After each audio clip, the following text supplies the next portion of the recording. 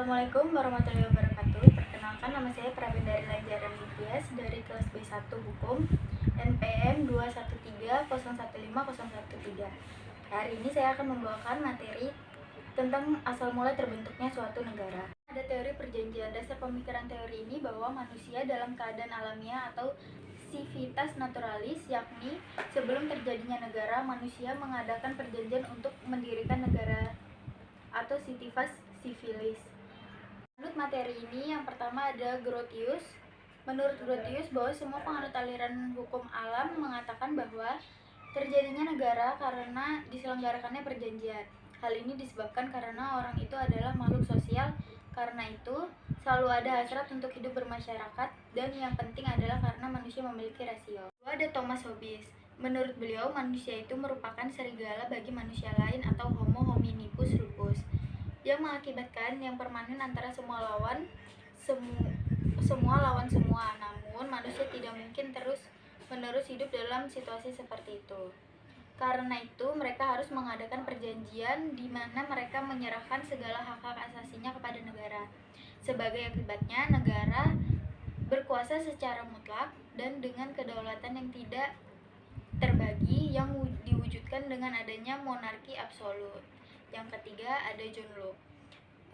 John Locke sebagai pemikir teori hukum alam mendasarkan juga teorinya pada keadaan manusia pada alam bebas, menganggap bahwa keadaan alam bebas mendahului adanya negara.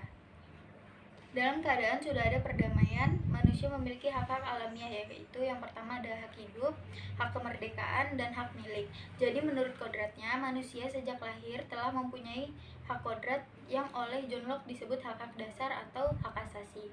Untuk menjamin terlaksananya hak-hak asasi tersebut, manusia menyelenggarakan perjanjian masyarakat dan selanjutnya negara. Dalam perjanjian tersebut, manusia menyarankan hak-hak asasinya kepada negara. Lalu masyarakat menunjuk penguasa yang diberi wewenang untuk menjaga hak-hak tersebut. Yang keempat ada Montesquieu. Montesquieu menggambarkan lebih jauh konsep John Locke mengenai monarki konstitusional, di mana kekuasaan yang satu membatasi kekuasaan yang lain.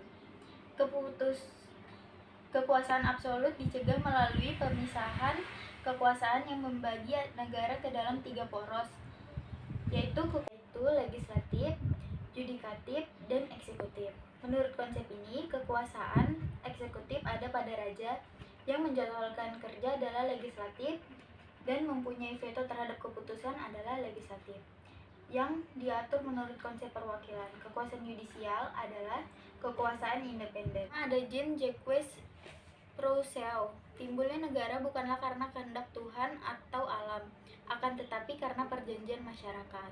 Adapun perjanjian itu lahir ada karena hakikat kebebasan yang melekat pada diri manusia.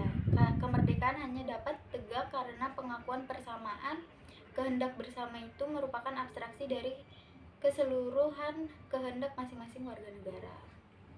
Yang kedua ada teori kenyataan. Teori kenyataan adalah timbulnya suatu negara merupakan soal kenyataan. Apabila suatu ketika unsur-unsur negara atau wilayah, rakyat, pemerintah yang berdaulat terpenuhi, maka pada saat itu pula negara itu menjadi suatu kenyataan. Yang ketiga ada teori ketuhanan. Menurut pandangan teokrasi, segala sesuatu yang ada di dunia adanya atas kehendak Tuhan. Juga negara itu pada hakikatnya adalah atas kehendak Tuhan. Penganut teori ini adalah yang pertama ada Agustinus dalam bukunya De Civitate Dei tentang negara Tuhan. Yang kedua ada Thomas Aquinas dalam bukunya De Regimine Principum tentang pemerintahan raja-raja, bahwa organisasi negara yang dipimpin oleh raja-raja mempunyai kedudukan yang sama dengan organisasi gereja yang dipimpin oleh paus. Yang ketiga ada Marsilius dalam bukunya Defensor Pacis atau Sang Pembela. Yang keempat ada teori kekuatan. Dasar pemikiran teori ini adalah golongan yang kuat akan menindas golongan yang lemah. Selanjutnya ada teori modern.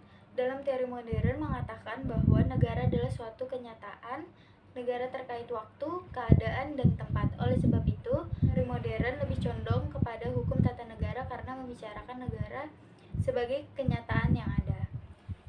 Penganut teori modern ada Cranenburg. Menurut Cranenburg, negara adalah organisasi kekuasaan yang diciptakan oleh sekelompok manusia yang disebut bangsa. Jadi terdapat kelompok manusia, lalu mempunyai kesadaran bersama dan kemudian mendirikan organisasi. Yang kedua adalah Logeman. Menurut Logeman, negara adalah organisasi kekuasaan yang menyatukan kelompok manusia yang disebut sebagai bangsa. Oleh sebab itu, pertama-tama negara merupakan organisasi kekuasaan, kemudian organisasi itu mempunyai kewibawaan. Oke, sekian presentasi dari saya. Terima kasih. Bye-bye.